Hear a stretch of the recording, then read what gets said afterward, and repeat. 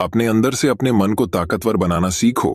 मन को ताकतवर बनाने के असरदार तरीके आज हम आपको बताएंगे, जिससे कि आप बड़े से बड़ी सफलता कम समय में हासिल कर सकते हो और सब लोगों से हर क्षेत्र में आगे निकल सकते हो।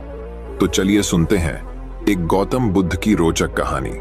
हम इंसानों को सदा चिंताएं सताती रहती हैं, जबकि पशु पक्षी आनंद से जीवन जीते हैं। तो आइए जानते हैं इस पर बुद्ध की सोच कि मनुष्य का जीवन ही सबसे कीमती है। लेकिन इससे पहले कि आप कहानी में खो जाए, वीडियो को लाइक जरूर कर दें। तो चलिए बिना किसी देरी के शुरू करते हैं। दोस्तों, एक व्यक्ति एक मार्ग में बहुत तेजी से आगे बढ़ रहा था। तभी अचानक वह दूसरे व्यक्ति से टकरा गया। इस पर वह दूसरा व्यक्ति क्रोधित होकर कहता है, अरे जानवर हो, क्या तुम्हें दिखाई नहीं देता? एक सांड की तरह लगातार आगे बढ़ते जा रहे हो। इस पर पहला व्यक्ति कहता है, काश आप जो कह रहे हैं वही सत्य होता, लेकिन दुर्भाग्यवश मैं एक मनुष्य हूं। उस पहले व्यक्ति के मुख से यह सुनकर उस दूसरे व्यक्ति का क्रोध शांत हो गया। वह उस पहले व्यक्ति से कहता है, लगता है तुम बहुत दुखी हो, वरना सौभाग्य की बात को दुर्भाग्य ना कहते, क्योंकि एक इंसान का जन्म पाना तो बड़े ही सौभाग्य की बात है। मनुष्य का जीवन बड़ी कठिनाइयों से मिलता है और तुम हो कि एक जानवर होना चाहते हो। तभी वह पहला व्यक्ति कहता है, मित्र, क्या आपने कभी किसी जानवर को आत्महत्या करते हुए देखा है? क्या आपने कभी किसी जानवर को किसी दूसरे जानवर को धोखा देते हुए देखा है? क्या आपने किसी जानवर को अपने अतीत या फिर अपने भविष्य के लिए परेशान होते हुए देखा है? ऐसे में मनुष्य का जीवन भला सौभाग्य की बात कैसे हो सकती है? इससे अच्छा तो पशुओं का जीवन ही है। हम मनुष्य तो पशुओं से भी गए गुजरे हैं। उस पहले व्यक्ति की यह सारी बातें सुनकर वह दूसरा व्यक्ति कहता है, लगता है तुम बहुत दुखी हो, तुम्हारे जीवन में बहुत बड़ी समस्या आ पड़ी है। यदि ऐसा है तो तुम्हें इसका समाधान महात्मा बुद्ध के पास मिल जाएगा, तो वहां जाओ। तभी पहला व्यक्ति कहता है कि कौन है? क्या कोई साधु है, महात्मा है, ऋषि मुनि है, पंडित है? अगर वह इनमें से हैं तो इनमें से कोई भी मेरी मदद नहीं कर सकता। मैं ऐसे कई लोगों से मिल चुका हूं और इनके पास मेरी समस्या का कोई समाधान नहीं है। इस पर वह दूसरा व्यक्ति कहता है, वह इनमें से तो नहीं है, लेकिन वह क्या है ये मैं भी नहीं जानता।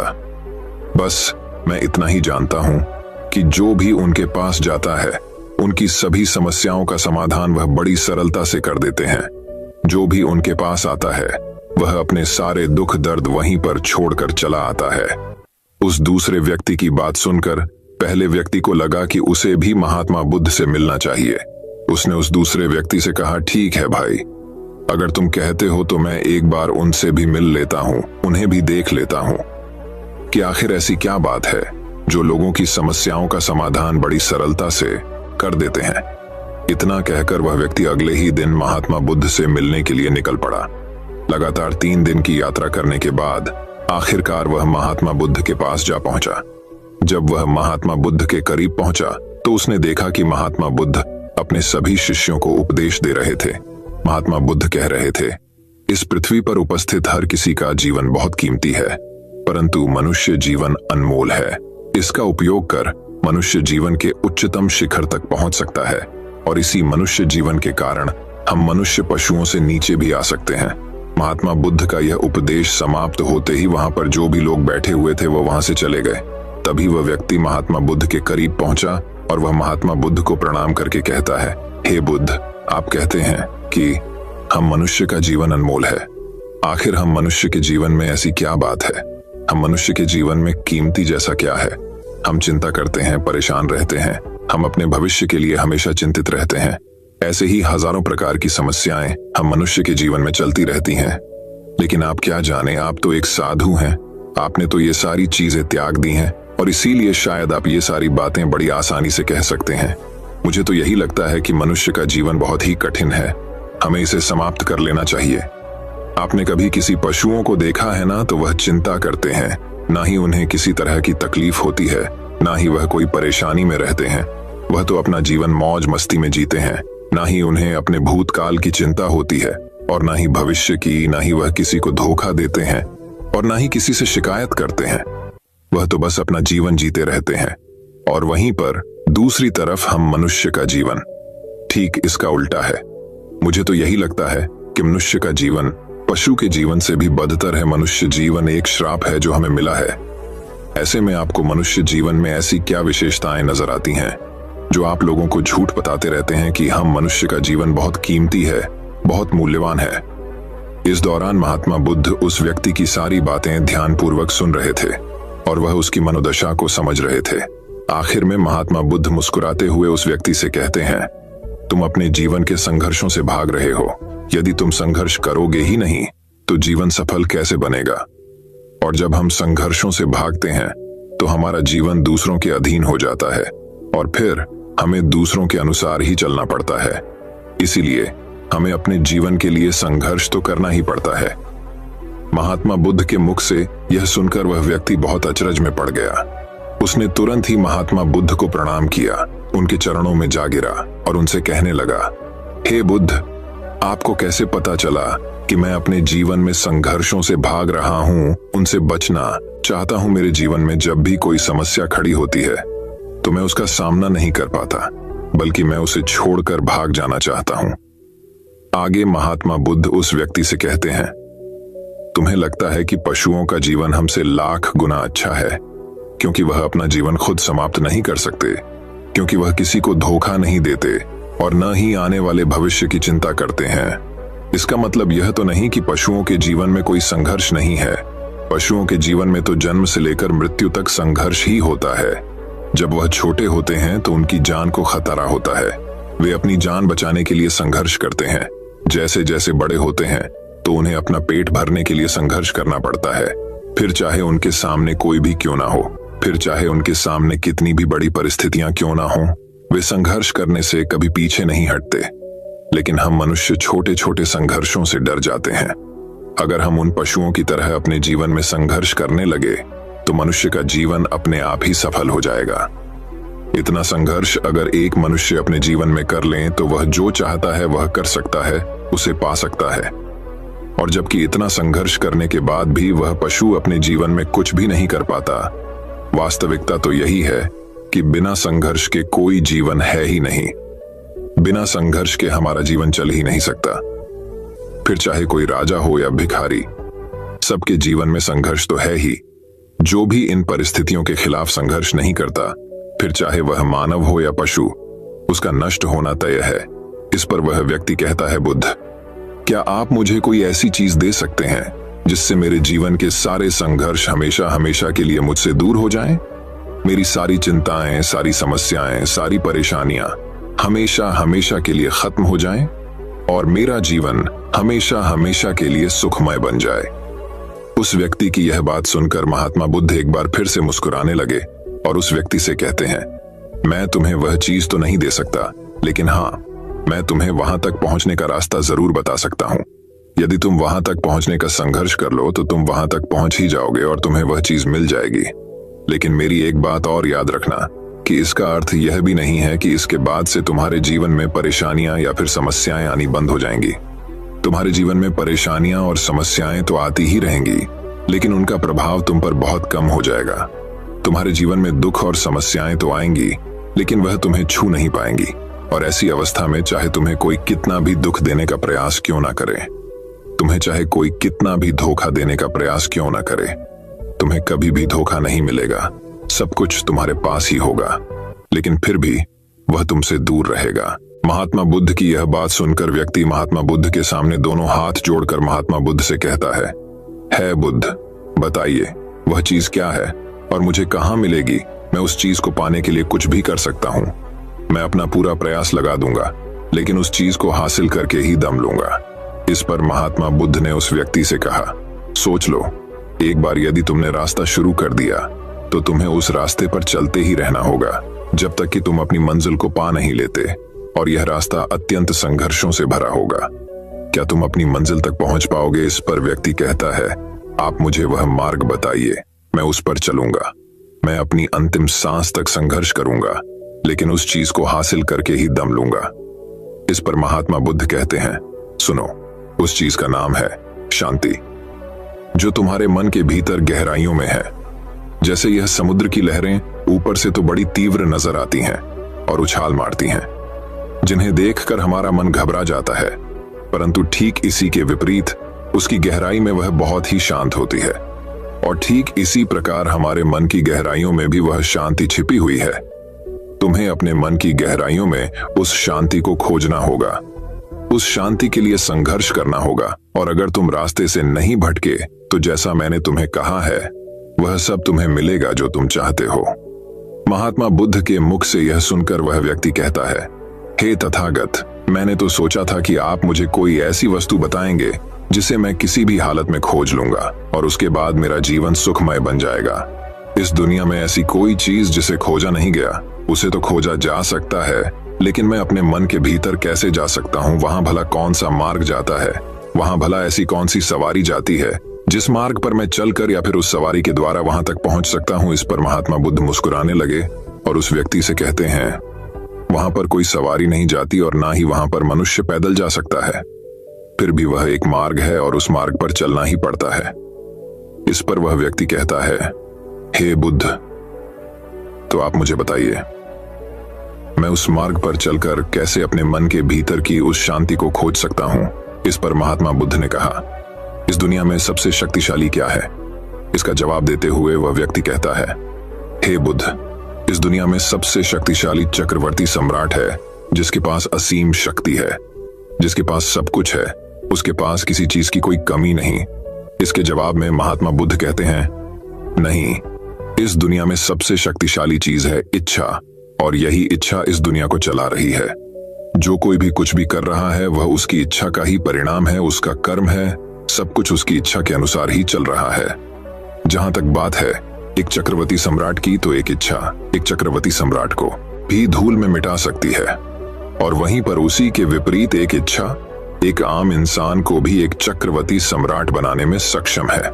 इस दुनिया में जो कोई भी है, जहां कहीं भी है, जिस किसी भी परिस्थिति में है, वह उसकी इच्छा के अनुसार ही है, वह उसकी इच्छा का परिणाम ही है। अपनी इच्छा के बल पर मनुष्य इस जीवन में कुछ भी कर सकता है, लेकिन एक वास्तविकता यह भी है कि मनुष्य अपनी इच्छा पर नियंत्रण नहीं कर पाता, जिस कारण उसके जीवन में वह सब भी घटित होता रहता है जिसकी वह चाहत नहीं रखता। हमारे मन की बुरी इच्छाएं हमारी तरफ बुरी चीजों को खींचती हैं, इसीलिए इच्छा बहुत सोच समझ कर करनी चाहिए। हमें अपने जीवन में क्या चाहिए यह केवल हम अपनी इच्छा से ही निर्धारित कर सकते हैं।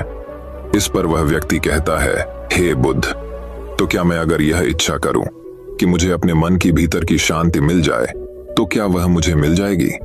तभी महात्मा बुद्ध कहते हैं, इस दुनिया में सबसे शक्तिशाली इच्छा अवश्य ही है, परंतु फिर भी मनुष्य ना जाने अपने जीवन में तरह तरह की इच्छाएं पालता है, लेकिन वह सारी इच्छाएं उसकी पूर्ण नहीं हो पाती। जानते हो क्यों? क्योंकि उस इच्छा को पूरा करने के लिए एक और चीज की आवश्यकता पड़ती है, और वह एक चीज की कमी मनुष्य के जीवन में हमेशा बनी रहती है। क्या तुम उसके बारे में जानते हो? इस पर वह व्यक्ति कहता है, नहीं बुद्ध, मैं नहीं जानता वह क्या चीज है। तभी महात्मा बुद्ध कहते हैं, बनते संकल्प। संकल्प के बिना इच्छा व्यर्थ है। संकल्प के बिना तुम चाहे कितनी भी बड़ी इच्छा क्यों ना कर लो, लेकिन वह कभी पूरी नहीं हो सकती।